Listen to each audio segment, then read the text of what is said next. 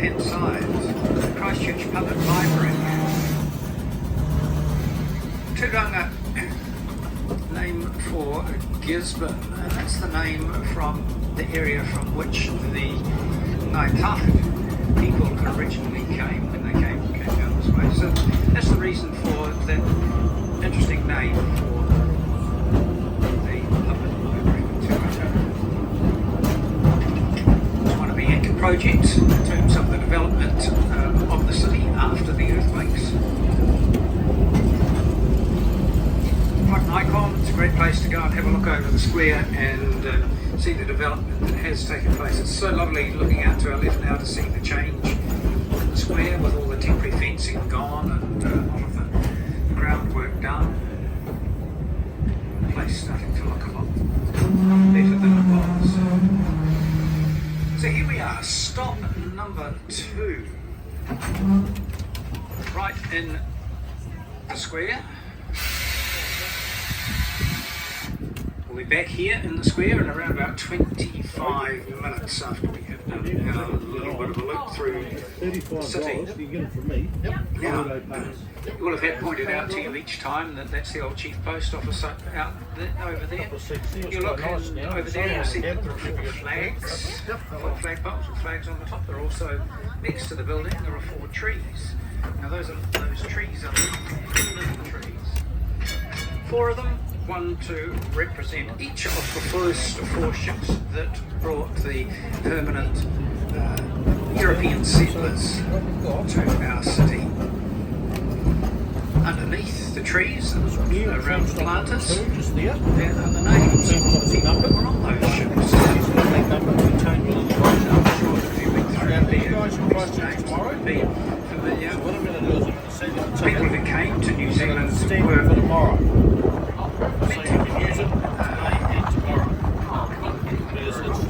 $35 that's the right word by the Minister. Meant to be a being of good repute.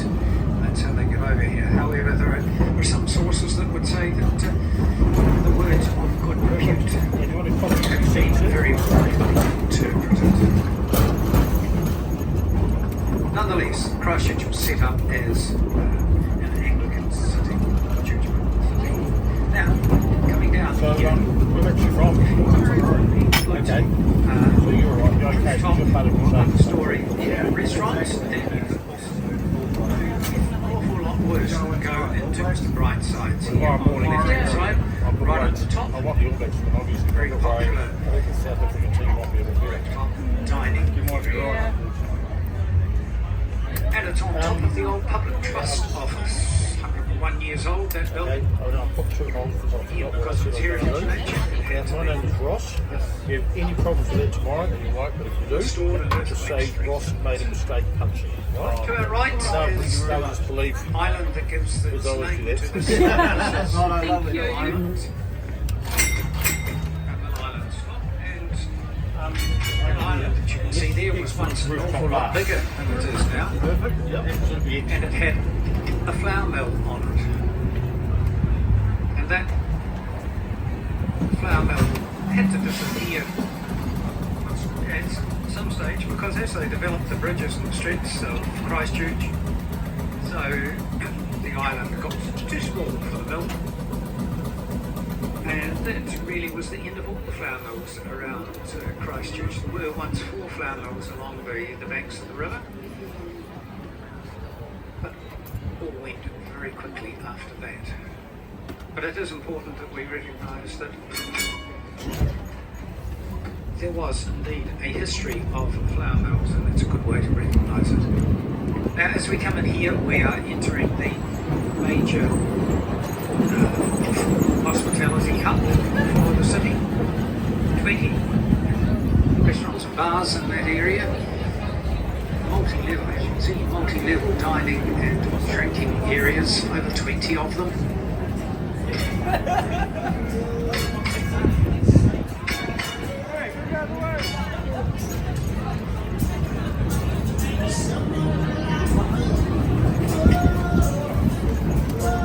It's one of several hospitality hubs in the city area.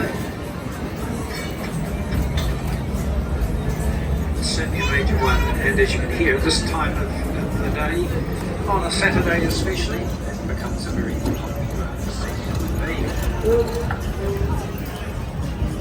Stop number 4.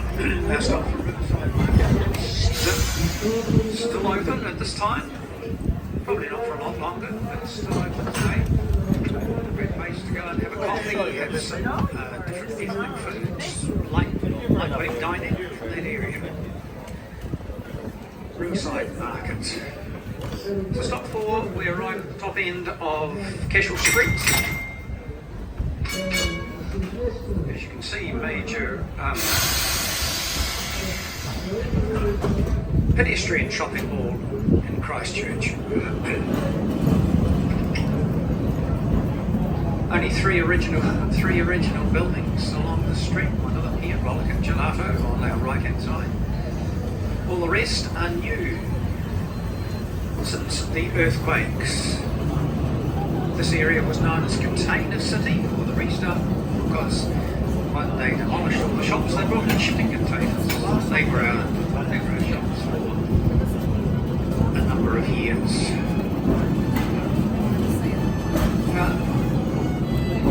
Cashel Street has a number of lanes running to the right and left. And these lanes open up even more shopping for you up and down here. During the weekdays, all the major banks are open as well. Now on the right, Valentines. Valentines have been on site there, or have had a shop there since 1874. That's not the original. The original buildings burned down in 1947. There was a catastrophic fire, 51 people lost their lives. But Valentines didn't give up, they redeveloped their shop.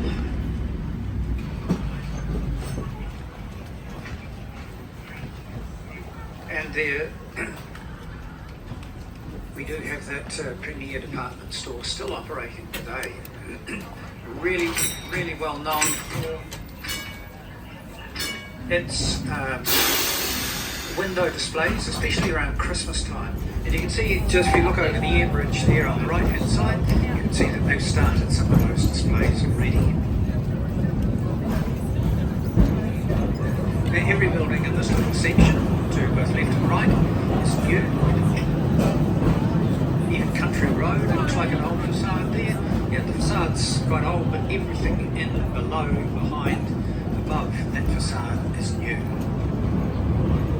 Do you need a supermarket in Central City Christchurch? If you do, go down Market Lane there to the right hand side and you'll find the only inner city supermarket we have. It's also a good way to get down to the bus exchange.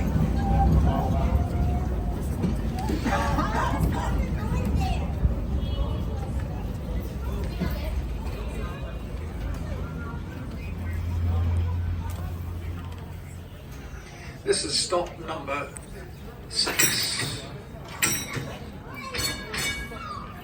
And we are turning into High Street. High Street was once known as the Sumner Road because this is the road that the trams used to go down on their journey up to Sumner. It was a 14-kilometre journey from Central City Christchurch up to Sumner. This was their main drag out that way. Part of 83 kilometres of tram tracks around Christchurch in the day that the trams were running. They tried horse-drawn trams and steam trams and electric trams, folded them all away in 1954. Sorry, just getting the dates sorted.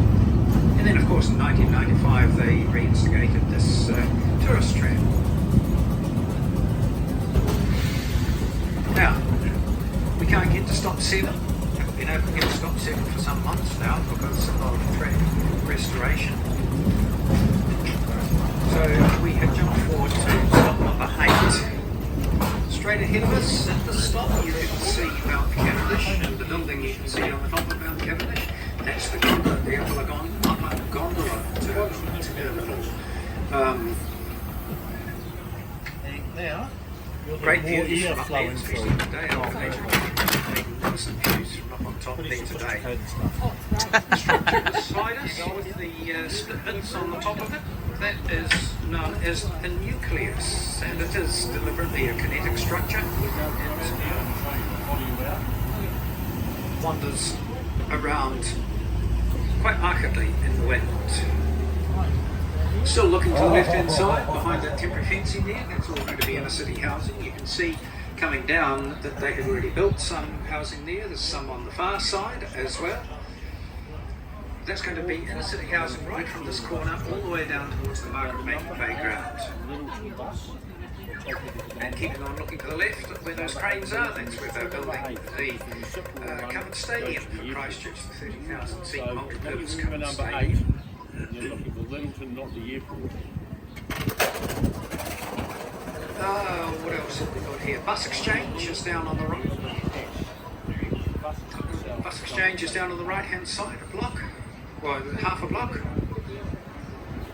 And if tomorrow you're thinking of going on the gondola and want to catch the bus out there, make sure you catch the number 28 bus that is going towards Littleton.